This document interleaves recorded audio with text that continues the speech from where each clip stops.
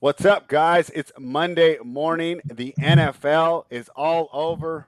What an ending. We're not even going to talk about it, but we will be talking about the NBA because that's where all our attention is focused to. We saw one old man get it done. Is another old man going to get it done this season in LeBron James? We'll find out in a couple months. But until then, we have plenty of regular season action. Big T, how you doing today? Are you excited to jump into some NBA? I know your daily fantasy's been doing fantastic. Yeah, I'm excited to get back in the NBA for sure because I crushed NBA last week and then the NFL just beat me up yesterday. So Yeah. I'm excited to get back into the NBA talk here and try to get back to in the positive where the blood's flowing a little bit.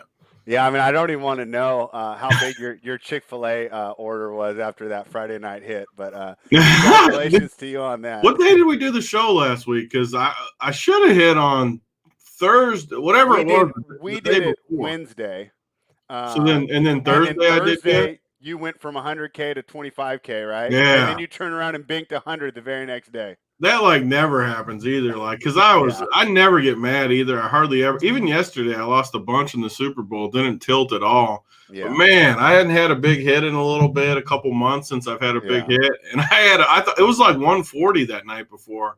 140K. If LeBron just doesn't go nuclear in the second half, and of course he does. He stays in for the triple double, and then I only end up winning like 30. So it just broke my heart. I was so pissed.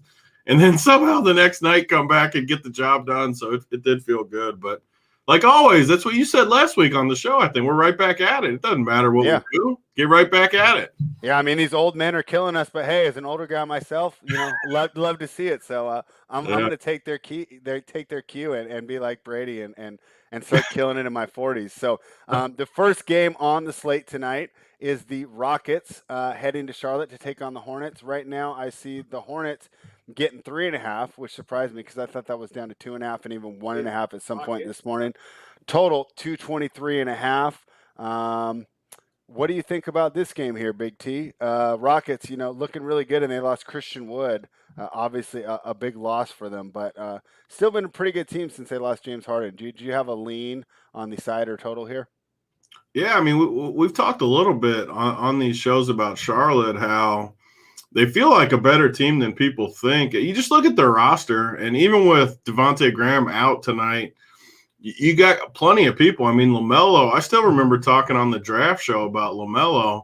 Mm-hmm. He's just a stud. He's just so confident. He had a monster game again last week. I think over the weekend, I always get a little out of the loop on Saturday and Sunday because of football. But he had a relatively soft game.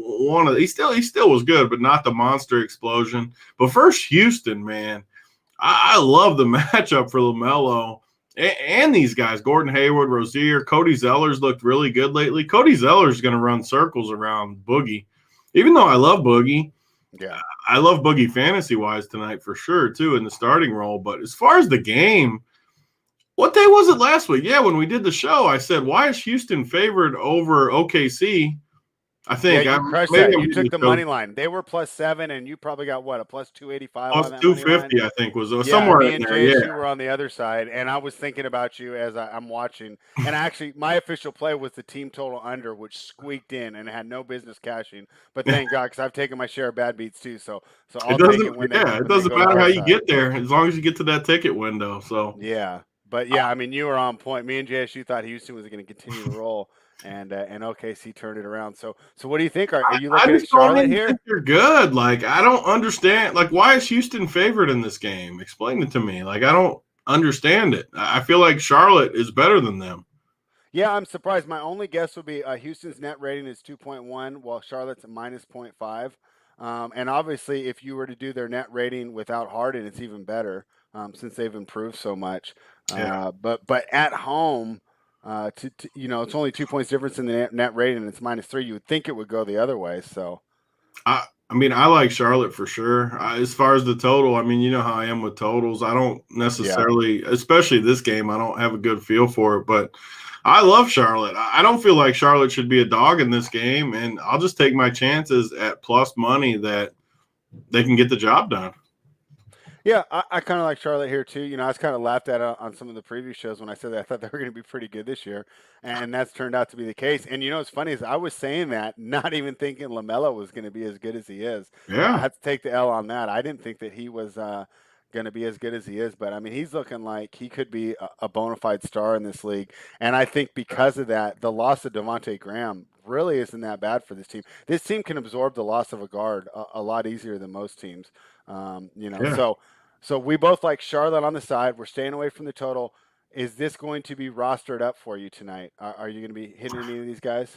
So I've been picking on Houston a ton just because, like I said, I just outside of Oladipo, who I think is a great defender, I just don't think they can defend. So whoever he doesn't guard between LaMelo and Terry, Mm-hmm.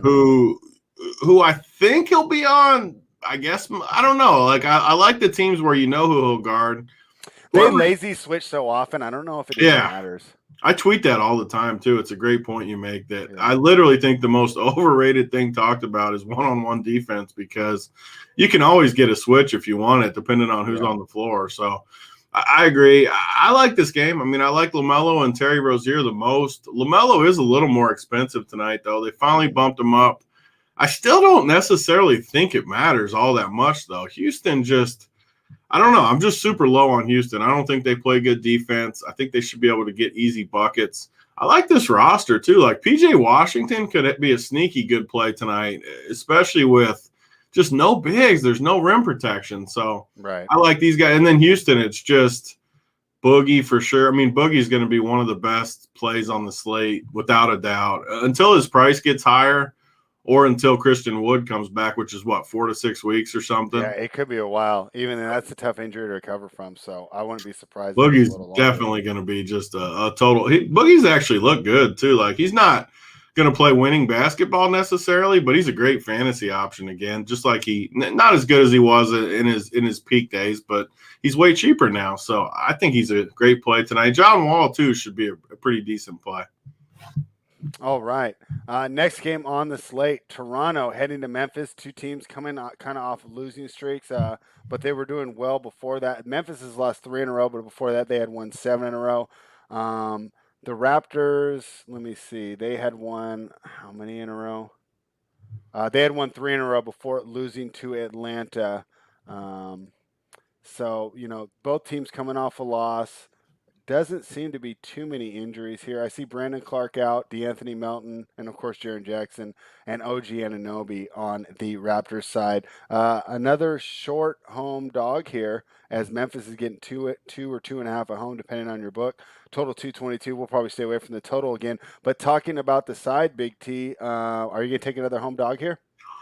So I don't know if it's just because I'm in like the zone a little bit with the NBA, but this game looks easy too. But the opposite way, like I think Toronto is a really good spot tonight. Memphis just, I don't know, like these Toronto guys between the three, Boucher's been a little bit better the last couple games. Norman Powell's looking a lot more healthy the last couple games. Their roster just looks way better to me. I'm super high on Toronto. I love how they play these good guys. It's one of the reasons I had the big night in fantasy last week too, is I had three Toronto guys. They play 40 minutes. Like they play these good guys, all the minutes they can handle, which I love when you're betting them in fantasy because they give you that high floor. They give you a lot of stability. You look at Memphis, the only guy that I think is remotely as good as the Toronto guys is Ja, obviously. And Right. he's got a terrible matchup because Freddie Van Vliet is one of the best defenders in basketball. So I think it's a mismatch. I think Toronto wins this game easy, and I feel very confident about these first two games, actually. I might last week when we did the show, I had good mojo and went 6-2 on the bet sheet. I might put a few of these up on the bet sheet tonight because I love Toronto tonight in this game. Yeah, I think I'll be with you. But now, to be fair, as I say that, I have undervalued Memphis this year. I have taken some L's going against So them have I. during that 7-game win streak. But that doesn't really change my overall feelings for this team. Things you couldn't say positive about them is Taylor Jenkins, who was the guy that I was barely even aware that he existed, has been a fantastic coach looking at what he's doing with this roster. Obviously, Jaren Jackson being out is hurt. They played well even with Morant out. Dylan Brooks, always a solid player. Valanciunas, I mean, he's about plug and play as you can get for knowing exactly what you're going to get from him. But I just think that this Toronto team is so much more talented, and you're going to get a slight coaching edge, which you can't always say when you're going against Memphis. Toronto has a 1.3 net rating. Memphis is actually exactly 0 on the net rating. So I think I'm here with you as well, Big T. I'm going to go ahead and jump on the Toronto side. Now, the next side is my sheet play, so I'm not going to let everyone know what I'm on, but I'm going to go ahead and get your opinion about it. It's Washington heading to Chicago. Chicago laying 2.5 at home against the Wizards team that's I think still has the worst record in the NBA, 5-15, 8-12 against the spread. Chicago 9-13 on the year, but 13-9 against the spread. 2 over teams, but they put this game. They definitely accounted for it. 238.5 right now, as these teams have a tendency to go over. So, what do you think? Do you like Chicago to get it done here, even though they're going to miss? I know one of your favorites, Lauri Markkanen. So let me get this. You followed it all. Like I said, I get a little bit out of rhythm on Saturday and Sunday because of football. Yeah. Chicago just blew them out, right? I'm pretty sure this same matchup, they just pounded them. No. They didn't? They haven't played. Who'd Chicago just play then? Charlotte. Oh, they just pounded Charlotte? No, hold on. Chicago just pounded Orlando. Oh, Orlando. Okay. Yeah, so that's the game Washington I was thinking Charlotte. Washington just got pounded by everyone else. So yeah, it must have been the same day where the blowouts were. Yeah, the Bulls beat them twice, but that was back before New Year's. It was on December 28th and December 30th. I got you now. Now I remember now. So they pounded Orlando. But either way, this Bulls team looks really good to me right now. This Washington team looks totally a disaster to me right now. Again, I hate to make it 3 for 3 here where I feel super confident, but I think the Bulls is an easy play tonight. Is this line really only 3? It opened at 2. I mean, and now it's 2.5. So I mean, they've taken a little bit of money, but that's not huge. To move a half point for a home team is not that crazy. So why is Washington is a disaster right now, and the Bulls actually look somewhat decent to me. I don't know. I feel very confident about the Bulls, and fantasy-wise, the prices are starting to get pretty cheap for Washington, though, because they keep getting blown out. Like, when you get blown out like 9 straight games, your prices start to drop because you're not playing any minutes. But, man, Bradley Beal is down to $9K. Russell Westbrook, $8,600 on DraftKings. Both of those guys are definitely in play versus the Bulls, so I kind of go a little bit different DFS-wise. But, I mean, these Bulls guys, like, they got Sato. I've always liked Satoransky. Mm-hmm. Last game, he gets a little boost with some guys out, like Otto Porter and Markkanen and these guys. Right. They played Sato, and Sato looked good. It was the Orlando game. I didn't remember who they were playing, but like you said, they blew it. He looked good. Thad Young's looked good all year. Patrick Williams continues to grow. Kobe and Levine are always doing their thing. And Valentine has looked really good, too. He was stroking the ball in that game the other day. So, I don't know who you put on the sheet. Hopefully I'm not going against you, but I feel very confident about the Bulls here. So speaking of the Bulls and talking about your DFS lineups, it seems like a lot of these guys are plays, and it seems like you want to target Washington games every night. Now, have they priced this appropriately, or if I just stacked a bunch of these guys, like what would you think? Because I'm kind of dabbling my toes here in this DFS. Okay, so who do I want to get in here? I see Zach LaVine's 8,900, Kobe White's 6,400, and that seems a little low. And then who would I grab for maybe some of these supplementary players? Would you like Thad Young, Patrick Williams, Satoransky? Like, who do you think would be the best if I wanted to do like a 3-player stack from the Bulls? So this is where it gets a little interesting DFS-wise, just because it's all price-based. And so Satoransky, that last game was 3,100, and he was like one of the best plays on the board. He was low-owned. But this is always what happens in DFS. Like, everyone saw that game. He was 3,100. He goes up to 4,000, and people will look at him a little more tonight, even though he's 900 more. I still think he's okay. But it's not quite as strong of a play. You just look at all these prices. The two that stick out for sure for me are Levine at 89. He's going to get into a battle with those guards. I always like Levine against guys like Westbrook and Beal, where he can run his mouth a little bit. He's definitely a talker. get it going a little bit. And then Valentine is 4,800. Okay. Those are the guys for me. Like Kobe White and Patrick Williams and Thad are all solid, but I don't think they necessarily give you upside just because their prices are getting a little higher. Where like Kobe White always gets like 30 fantasy points, but for 6,400, you just need a little more from him. And with Levine in there, I don't know if he can get there. So it always depends on how the slate shapes up. But for me, I would say Levine and Valentine for the Bulls, and then just the two guards for Washington. Okay. Yeah. And Zach LaVine also, he's going to feel pretty big going against that smaller backcourt of Beal and Westbrook too. So should give him a little more advantage there. So we'll go ahead and move on. Golden State heads to San Antonio. San Antonio traditionally does really well against Golden State for whatever reason. But I like the Warriors roster so much more, so I'm kind of torn on this game. San Antonio opened -1. Now they're -1.5, so they took a tad bit of money. Nothing really to write home about. The total opened 233 down to 232.5. I don't know. I kind of like Golden State here, Big T, but San Antonio's like historical success against this Golden State team's kind of keeping me off. What do you think? Who do you like here? So Golden State is one team that I have a pretty strong take on, and I'm just going to ride it out. Like I hate to disagree because you definitely follow this and know what you're doing without a doubt. I just don't like Golden State's roster. Like I love the four: Curry, Wiggins, Oubre, Dre. But after that, man, Toscana Anderson, I hate. Damian Lee is whatever he is. Wanamaker, Bazemore, Pascal, I'm not sure if he'll play tonight. But I hate their roster after those four. But like you said, sometimes if these four, like they did versus Dallas a couple games ago where they just totally crushed, looked amazing. Yeah. I also hate when you're playing a team like Pop that is just going to double Curry and make him give it up. Curry's coming off a couple big games versus Dallas. Yeah. But, man, they match up perfect with Dallas. Dallas has a bunch of white dudes that aren't super athletic, that can't really keep up with. I mean, look at how this team is athletic no matter what. You can say a lot of things about Golden State, but they are super athletic. Mm-hmm. They can switch, they can move, they can do all of that, which matches up great versus Dallas.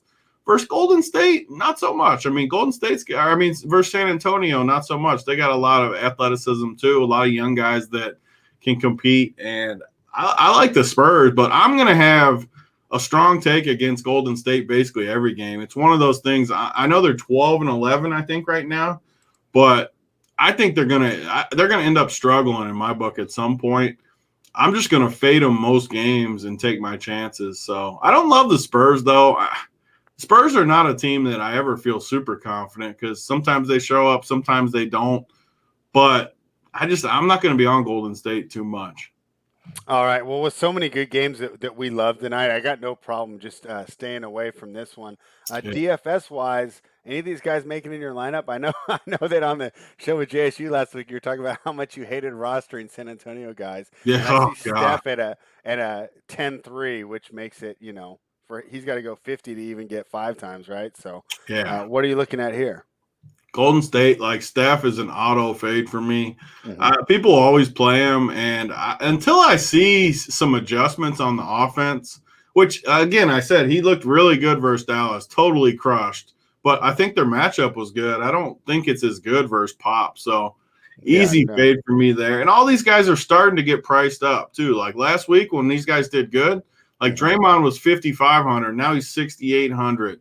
Oubre was in the mid-5s. He's 6K now. Wiggins is 6,400 still. Steph's over 10K, like you said. Toscana Anderson even was in the mid-3s, and now he's 4,500. If I had to pick one guy on Golden State, it would for sure be the guy. I was heavy on him last week when I had the good night. Damian Lee is still priced cheap. He's still their best, like, off-the-bench scorer that should get run no matter what. He's cheap, so I like him. And then the Spurs, like every single night, DeJounte Murray feels cheap to me. He's the one I like a ton. Mm-hmm. And I'm looking at the rest of the prices. Keldon Johnson let me down all weekend, but he should be low owned. I think it's just DeJounte for me in this game, though, DFS-wise. Yeah, I see him on DraftKings at 6,800, so not a bad deal. Damian Lee is just whenever I fade the Warriors, he plays like an all-star. So If you ever he seen a definitely guy does where have like potential. he either goes nuts or just looks awful? And you watch him out there, and he shouldn't be that good. Like he's No. not faster than anyone. His handle is like the definition of average, right? Like just NBA average handle, and then he'll just take advantage of those wide open shots that the other player, the gravity of the other players give to him. So He's a total like street baller too. Like when it's yeah, like chaos, he thrives on like the chaos where the ball's flying all over the place, and yeah. that's his style. And that's the Warriors in general. Is they want to play that chaotic, herky jerky, set three speeds, Yeah. make you run through three screens to guard Steph and stuff like that. So I think there's no shame in staying away from that game. The next game is a game that I kind of want to stay away from as well, just because I think the books priced it right. It opened at 8.5. It's 9.5, and that's Dallas hosting Minnesota. Total 225.5. Minnesota's, gosh, I just don't think they're a good team at all. But I don't want to lay 10 in the NBA, and especially with such a streaky team such as the Dallas Mavericks. What do you think? Would you be interested in laying 10 against the worst team, or is this going to be a famous Big T dog play? It's not going to be a dog play because Okay. I mean I should be clear. Like if I was given a lean, it would be Minnesota for sure. But I think they suck too. Honestly, Mm-hmm. like you. I never really like these big dog games unless I think they could win. Dallas is just a well coached team, solid. Mm-hmm. I do think Minnesota has some of the same advantages that Golden State had, though. I always see Dallas and they're just not athletic. I mean, when Right. your two best players are big white dudes that are slow, you're going to naturally be somewhat not athletic. It's just the truth. Right. And then they start Maxi Kleber too, who also can't move. So you got three dudes that again, Luka's great, but still it's just how they're built. So Minnesota, however, has a bunch of young guys. I mean, you got Vanderbilt, Naz Reid, Anthony Edwards. These guys are athletic. They're not great yet, and I don't think they're good at all, which is why I don't like this game. But they're athletic. They could give Dallas a little bit of issues if they play hard. So this game is definitely a stay away from me DFS wise, unless we get some injury news. So And is Towns back? I'm seeing Towns is back. I do not see him back, but that doesn't mean it's not true. Let me see. I mean, they listed him on DraftKings tonight. Really? Let me see. I think so. I think he's at 9,900. Well, he'll always be priced even if he's not in. Oh, okay. Let me see. Yeah, it just said he's been upgraded from out to doubtful. So maybe maybe he is. The upgrade though tells me there's at least a chance. I mean, either way though, 9,900. It is interesting though for as far as the betting side that I don't know. It probably doesn't change too much betting wise, as crazy as that sounds. Yeah, I mean, with Towns, I might like the points because I think that they could keep up with Dallas's offense. Yeah. And I mean, Porzingis, to me, I mean, he's going to get crushed if he tries to battle Towns. I think Towns can just score in too many different ways. And then on the defensive end, it's kind of a help for Minnesota with Porzingis, like basically playing like, a shooting guard. Because then you don't have Towns' terrible rim protection, right? And he can just get out there and not really be that bad. Maybe get some Naz Reid minutes in there as well, as he's the better defender. But What do yeah, you so think of Porzingis like overall? I think he's going to be good as like a number 3. I think that the Knicks were really lucky to get off him in that trade. I mean, obviously, if he stays healthy, he's so good. I guess I just don't trust his health. And then it frustrates me when he's got guys that are like 6'8" on him and he's still out on the wing. It's like, get down low. Sometimes he gets such easy baskets in the paint, and then the very next play, he's out in the corner again. Shooting a 30-footer or something. It's like, yeah. I have a kryptonite for guys like him. Like I just never like them. I hate the big soft whiteys. Like I hate them. I don't know. I just despise how they play. Yeah, he definitely does not play his size. So none of these guys going to make your lineup, right? I see Luka's at 11K. Wow. I mean, if the game stays close, which I'm not convinced that it for sure will. I mean, Luka should get there, but for Luka, when you're playing a dude 11K, you want that like 80-point ceiling, at least the chance to get 80. And I just don't see it in this game. I mean, we got guys in the late game that we're going to get to, or one of the late games, the Denver game, the Lakers game, where we got some studs. I'm going to go there over Luka tonight. Sounds like a plan. The next game, I don't know if anyone from this game is going to make your lineup. Cleveland at Phoenix. Phoenix almost -6.5. It's out to 7.5. Not really a surprise. Favorite taking money. Cleveland, kind of the darling of the league and a fun ATS team. Kind of come back to earth as of late on a 3-game losing streak. To be fair, those were to the Clippers and then the Bucks back to back. But I mean, they got smoked. They lost by 18 and 25 in those games. Lost by 22 to the Clippers. So the 7.5 seems right. Phoenix is another team that had some struggles, but they're kind of getting back. They've won what is this? 5 of their last 6. Their only loss being, of course, the night I backed them in New Orleans when I was saying it was a New Orleans fade, and the Pelicans look great. But yeah, so Phoenix is playing a lot better. 7.5 seems about right, though. You get involved in this one, Big T? I feel a lot like this one, how we just talked about with the Minnesota game, where if I had to lean, it would definitely be the Cleveland side, where I very rarely, and this could be wrong too, like we talked on the last show, just because I say something doesn't mean it's the right approach. But I have a really hard time laying big points in the NBA. In the playoffs, it gets a little different when I know the better team is going to be convicted and want to really battle. But in these games, I mean, Cleveland's coming to town for Phoenix. I just never feel the motivation to lay that kind of points, especially when Cleveland, like you said, they've lost 3 in a row. I think they're better than the number. But again, I don't trust them enough to bet it either. So it's more of a lean just on Cleveland. Phoenix is a team I don't love how they're built. I mean, their 2 best guys are guards. I love Chris Paul, but I like him more when Booker's out just because he can do more. I like Ayton, but after that, like I'm not a big Bridges or Cam Johnson guy. Obviously, I don't like Frank Kaminsky. So Crowder, I think, is going to be out again tonight. I mean, putting Kaminsky in there instead of Crowder is a big loss in my mind. Yeah, I'm seeing Crowder might play. He might play. Okay. I mean, if Crowder's in, I would definitely like it more, a lot more too, because versus Cleveland, and you got the slight factor of Crowder was in Cleveland. It definitely didn't work out. There's probably not a lot of revenge there, but his time in Cleveland didn't go great. So he may want to show him a little something. It might not matter, but just a tiny little thing that you can throw in there if he plays. As far as me, though, not much here. And we got John Wall out tonight. We got I'm seeing all this. So as we're on here, a lot changes real quick. I wonder if we can. From the chat, Gary's telling me Westbrook's out. Ken Mako's telling me Towns is out. Then Gary says that Gordon's out and Wall's out. So that Rockets game completely switched. It's too bad we didn't put the number in. I didn't put it in, and I see it locked right now on Bookmaker. So I'll bet you that reopens it like Charlotte -3, -4. And it changes everything too, because I didn't bet it yet either. So it changes everything because all of a sudden, then just say Charlotte comes back out a 3-point favorite, like you said. All of a sudden, I think the value might shift back over to Houston, where that's just one of those games where I'm always going to like the dog because I don't know, maybe not. I mean, Houston's roster is really bad without Wall and Gordon. I mean, who's going to create? Wow, that's big news, and that's the type of news too for fantasy that shifts the entire night. Because so does that mean Oladipo goes in your lineup? I mean, speaking of who's going to create, it's got to be Oladipo, right?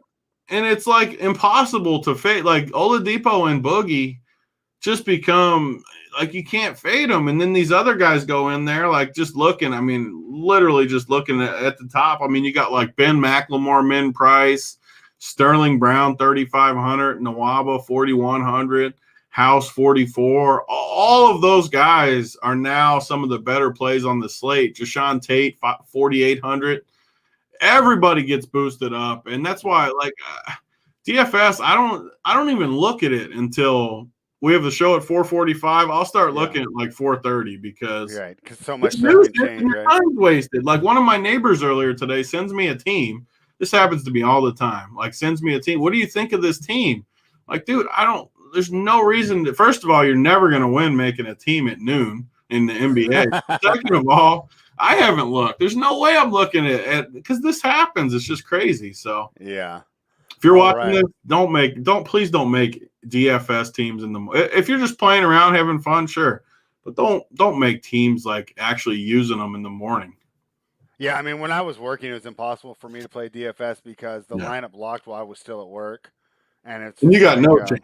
yeah, I mean, It not could being be able to anyone. have access to my phone for Yeah. half hour, 45 minutes at a time as I'm running my area and everything. Yeah, it just was impossible. So now I'm able to do it. Back to the Cleveland Phoenix game, I completely agree with you at this time of the year about not laying the 7.5, but after the All-Star break, Yeah. when the tanks come and play, when we start getting the buyouts and these teams weaken themselves in the trades, that's when I'll love laying the chalk. So for me, it's not a full year thing, but I agree with you right now. While everyone's still got a shot, I mean, Cleveland's got to be feeling pretty good about their season. I mean, I know they're only 10-14, right? But I mean, a lot of us expected them to be right there with Washington with only like 5 wins at this point, right? So I mean, they're definitely above expectations. They have to be feeling good in Cleveland about what's going on. And I know we just talked about, you can't lock these guys in too much, but just love to hear your thoughts on some of maybe the big three from Cleveland, and if they ever make your lineup, and that's Drummond, Sexton, and Garland. I mean, are these guys value at all, or are they priced about right? Yeah, Drummond is definitely a good value. 8,200 for a guy that can get you 20 and 20 every Mm-hmm. single night. I'm not a big Drummond fan as far as NBA, as far as Yeah, being good, but DFS wise, you can't ignore it. I mean, the dude has 20-20 upside every yeah, single night. He gets a ton of empty stats too, which yeah, makes him a great fantasy guy, but not a great NBA guy, which is yeah, fine with me because that's our goal. We want to make money. We don't care if they're good as far as actual players. Sexton and Garland are priced appropriately, though. I mean, Sexton's going to play a bunch of minutes. 7,100, though. I mean, he's fine if you want to play him. Garland is finally priced correctly. I mean, he's been too cheap for like 3 weeks. Now yeah. he's over 6K, a lot thinner of a play at 6K, I think. So for me, it's just Drummond in this game. And I do think it's a good Drummond spot, though, because Ayton is fine. Ayton's good, but Drummond should be able to eat a little bit on Ayton. And I like it because it gives him a good matchup to stay on the floor, too, against a guy like Ayton. All right, so there's some good DFS tidbits looking at that game.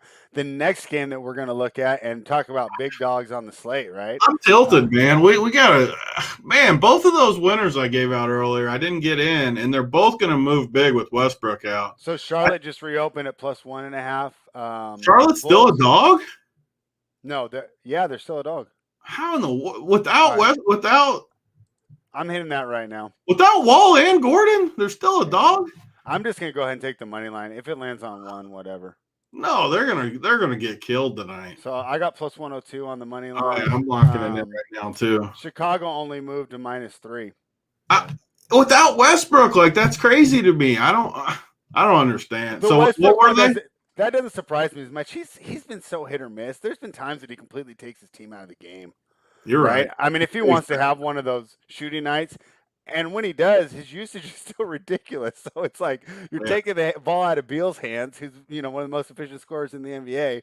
Bertans has looked bad here and there, but I still think I'd rather have him shooting from behind the arc than Westbrook. So that Chicago one doesn't surprise me as much, but I think it's cool that we can still get Charlotte. Chicago's -3, Charlotte's What was it +1.5. before that though? It was -2.5 when we started the show. It only moved a half Wow. point without Westbrook. You That bring makes up sense good to me. points though. That I makes like sense to those me. points. Yeah, I don't know have its plus minus off the top of my head, but I wouldn't be surprised if it's absolutely terrible. Also brought down from the fact that he was playing a little bit hurt and didn't look as good. But let's move on to this game that's got the DFS big dogs in it. Your favorite guy versus your least favorite of the MVP candidates, and that is Milwaukee heading to Denver. Milwaukee's -4 on the road. Wow. They've won 4 in a row though. While Denver has lost 3 of their last 4, including on Saturday in my town in Sacramento, in a game that surprised me that I thought was going to be the get-right game for these Denver Nuggets. Now, I got killed by a late scratch there after I gave the pick out because I expected Murray to play. He didn't play. Do you have news on whether or not he's going to play tonight? Because I see him in the lineup. Yeah. Do you expect Murray to play tonight? I think he'll play. I mean, he's always play. Part of me wishes they would just sit him down for like a month and just get him healthy, because Yeah. this is what happens with him. They'll sit him one game and then play him and then sit him, and he never gets healthy. Like, he's always just hurt. And yeah, maybe they'll take some losses here and there, but just let him get better. I mean, who cares? Well, we can afford to lose some games right now. Doesn't mean anything, but and we don't even know if we're going to have fans in the stands for these for the playoffs at this point, right? So I mean, got to be highly unlikely. I mean, at least not fans that would matter. Where maybe you get a little bit of fans that it wouldn't change too much. I don't think so. There's no way we get. I mean, I don't think there's any way we get fans by the end of this season. Yeah, so we'll see how that goes. What do you think here, though? I mean, obviously, it could be a little biased because it's one of your favorite teams, but Denver's getting 4 at home. Are you going to jump in there? Are you a little worried about jumping in front of this Milwaukee juggernaut that has won every game last week? Their smallest margin of victory, 18 points. To be fair, there was 2 against Cleveland, but we just talked about how we didn't think that Cleveland is that bad a team. So Milwaukee finally on a roll. Are we scared to get in front of them, or are we going to take another home dog? No, I like Denver for sure. It's not just because I'm a Denver guy too. I've been on Milwaukee a little bit lately too, but this matchup's perfect for Denver. Milwaukee can't guard bigs, which is surprising because they got Lopez and Giannis, but they can't guard bigs. Lopez is a bad post defender. He just is. He's super flat-footed. He can't move at all. And Jokic is going to destroy him. First of all, you talked about that Sacramento game. How good was Jokic in that game?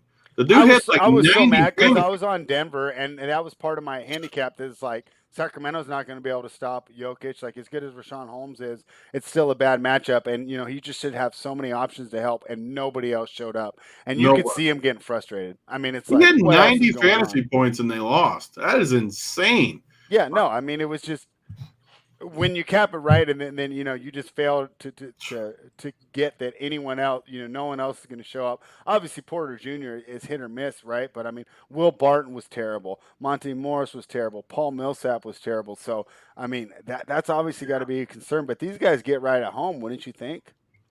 It is a concern. I mean, you bring up good points too about why they lost the last game. I mean, you look at this roster. I really don't love Will Barton. I don't love Paul Millsap. So that's super concerning to me, but it is a good spot. Like, they're going to be up to play Milwaukee, which in the NBA, anytime you can get a team that you can almost guarantee they'll be up is a spot I like to target. And I think they'll be up for this game. They know Milwaukee's a true contender. They lost last week to the Lakers in a game they felt like they should have won. They're going to want to be up for this game. And I think Jokic is just a perfect spot again. All these guys got to do is hit a couple shots. I mean, you just can't. They were awful in that Sacramento game. Missed every easy shot. Missed some layups. Had some bad turnovers. If they do that again, they'll lose for sure. But I think they'll rise up and get a dub. The flip side, though, Denver doesn't really have anyone that can guard Giannis either.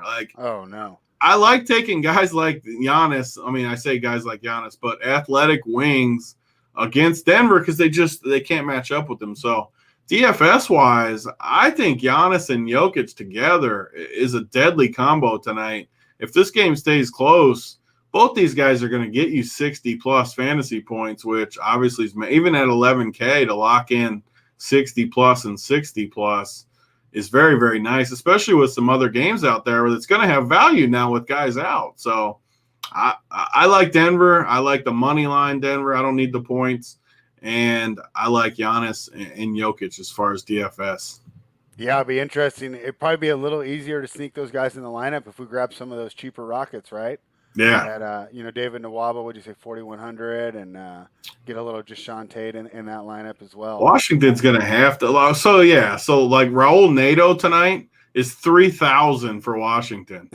That's an example of a guy that I haven't ran any numbers yet. So yeah, I reserve the right to change my mind. Yeah, tune in this afternoon to find out for sure. But yeah, but I mean, 3,000 for a dude that could start at point guard, that's just a lock. You put him in there and you move on. All right. So is this going to be another Big T where we grab the points and the money line here with Denver? I do that every time. I don't know if that's right or wrong. If someone's like a $100 better, I would just always go $50. That's what I would do. But that's just how I like it because you get just a little extra juice. And always when I'm taking Denver in this spot, I think they can win the game.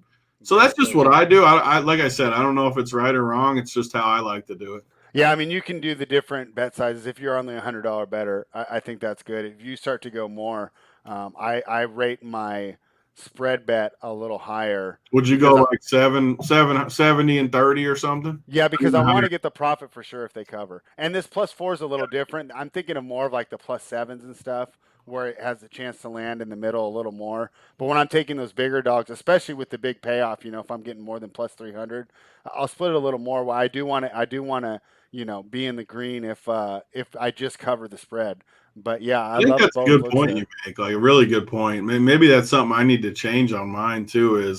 It does suck when you feel like say we hit this Nuggets game, we're great, and Milwaukee wins at the buzzer or something. Yeah. You're going to lose the juice on it, and that does suck when that happens. When you feel like you had the winner and you don't make any money.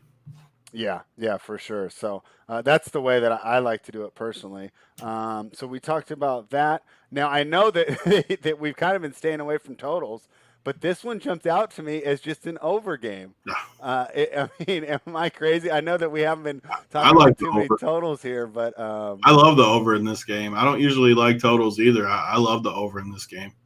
Yeah, I mean, neither team's going to match up with the other. So this is one case where I would love the over. The only way we don't hit the over is if they just miss shots again, which we can't control. A blowout. Yeah, a blowout. But I mean, Milwaukee averages 121 points per game. Nuggets average 115 points per game. I think we're going to see fast pace. I mean, we've seen these Bucks. You don't want to be on a Bucks under. I mean, they get the rebound and they're over half court with like 22 seconds on the shot clock. So I do like the over in this game as well. The last game that we will be talking about is the defending champions, and they take on Oklahoma City. Now, this game's moved 2 points because I'm hearing rumors that we will not see Davis tonight. So it started 12.5. I've seen it as low as 10. Looks like it's 10.5 now with maybe a little buyback. So what do you think? Are you going to grab the big points here with Oklahoma City? Yeah, so I don't like this spot. I'm glad this is the late game. I've said this on every NBA show I've done all season, but as far as the bet side, I don't love the game. In DFS, I always hate when there's only one late game. Like, I don't know. Again, I always give the preference. Like, I don't know if it's right or wrong. It's just how I've approached the whole season, and it's treated me well so far. It's COVID. You just don't freaking know. And if the wrong news hits and maybe Davis at the last second gets ruled back in or something, like so much changes, or it's just a COVID game and the whole game gets scratched. I just hate when there's only one late game at 10 o'clock because you got nowhere to pivot. There's nowhere to go to if it gets canceled. And as far as the game, I mean, the Lakers are a team I don't want to bet for or against them until the playoffs because some nights they don't try. Some nights they try hard. They literally just don't care. And versus OKC, Super Bowl was yesterday. These guys were having a good time, drinking, partying, like always. I can't imagine. If I was betting it, it'd be the same as those other big favorites where I would lean OKC for sure. But, I don't have conviction on it by any means. Yeah, I didn't really want to get involved in this game either.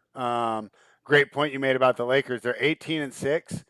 12-12 against the spread. So these line makers have been doing a great job lining these games. And I don't know if it's as much as the line makers, but like you said, just the inconsistent effort where are they going to just cruise for 3 quarters and then pull it away, or are they going to put their foot on the gas for the whole time? So, yeah, I didn't really want to get involved in this game. I mean, if you forced me to give a lean, I would say take the points. But since you've already lost 2 points of value, I mean, you can't give it out at all. The total 218. The Lakers are an under team, 8-16. I would probably lean towards the under. And if I had to make a play on this game, a pregame, I would play the under. So could be something to look at live though, because if they get out to a quick start or a really slow start, I think that there could be a live advantage on the total. It's funny, if you go off net ratings, the Lakers should be favored by 14, and that's on a neutral. So, you could argue there's value on both sides. I don't want to get involved in this, and we talked about it. So basically, just because it's a late game, none of these guys are going to be in your lineup. To be fair, too, even if it wasn't, I wouldn't like this game, even if it was in the middle. I just don't target Lakers games. It's that simple. You look at the pricing, too, and there's no prices that really stick out unless we get the same spot where some guys sit, which It looks like Maladon and Muscala might sit. I don't care in this game, though. Late game, tough matchup. Easy fade. I don't know. The chat keeps saying something about your mic sounds low, but you sound normal to me. Okay. Well, we'll work on that before we get You on. sound normal to me, though, so I don't know why it would sound normal to me and not on the thing. Yeah, we'll figure it out tomorrow. We'll do some quick checking before we get on tomorrow. Maybe we'll bring on some Joey Work too, because he's asking for an invite. Joey Work, don't be giving false claims. Joey Work's always invited. Well, to be fair, I did not send him an invite this morning. I kind of just got up, did my workout, went to the bank, and came. Workout? What'd you do? Did you do some pull-ups off the roof or something? What'd you do? Yeah, I got some weights in my garage. Monday, we did leg day, did a couple deadlifts, did a couple squats, did some lunges, and then ate a whole bunch of food. Trying to stay in shape. Tom Brady's my inspiration here. Right? He's all of our inspirations. Yeah, guys in the 40s can still do it. So, all right, well, that's fantastic. So before we get out of here, why don't you give everybody your favorite play, and I'll give everybody my favorite play that's not on the sheet. Yeah, I mean, I'll just give the three I like. I mean, it was those first three that I like. I like all about the same. I always hate when it's like people even in our betting Discord are always like, give me your favorite. I struggle to pick my favorite one most days. Mm-hmm. That's why I like to play volume and take my chances that I'm going to win more than I lose. Tonight, it's those three. The Houston game, I like Charlotte, Toronto, and Chicago. So the 3-pack for the people. You can even do money line on all three of them. Charlotte, Toronto, Chicago. 2 of them are probably going to end up favorites. Two of the 3, maybe all 3. But it'll be a short price no matter what. Like all 3 of them. What's funny is I was going to just do the opposite of whatever you picked on the Rockets, the Hornets, or the Raptors, Grizzlies. But since you took them all, I'll just go ahead. Take one of them. I'll take the other 2. We can make it that way. I'll take the Raptors. I think that they're just a fantastic team coming in their own. Still think they're undervalued because of that tough start here. Obviously, losing OG Anunoby is tough, but like I said, one of the few games where Memphis isn't going to have a coaching advantage this year, which is kind of a tribute to how well Taylor Jenkins has done in his rookie year. But I think that Toronto continues to get it done tonight, especially with that grindhouse is the quiet house and not the same home court advantage that Memphis usually had. So Big T, awesome to have you on. We'll be talking. You'll be on with JSU for sure on Wednesday. I'll be back tomorrow with Mangone. Maybe Big T will talk about it afterwards, and we'll talk to Joey Work and see when he wants to jump on. So thank you for everybody for joining us. Big T, what time do you go live so you can give out the real DFS picks and not the picks that are constantly changing during the episode? Yeah, 4:45 today. We usually go 2 hours and 15 minutes before whenever the slate starts. So, 4:45, and then the premium show at 6:15 tonight for JSU and Holden. That's fantastic. So, you guys, there's only one place to get the Workbench Play of the Day, and that's on the Run Pure Sports YouTube channel. So, Big T, we'll see you guys then. I'll be back tomorrow morning. Thanks for joining us, and Run Pure.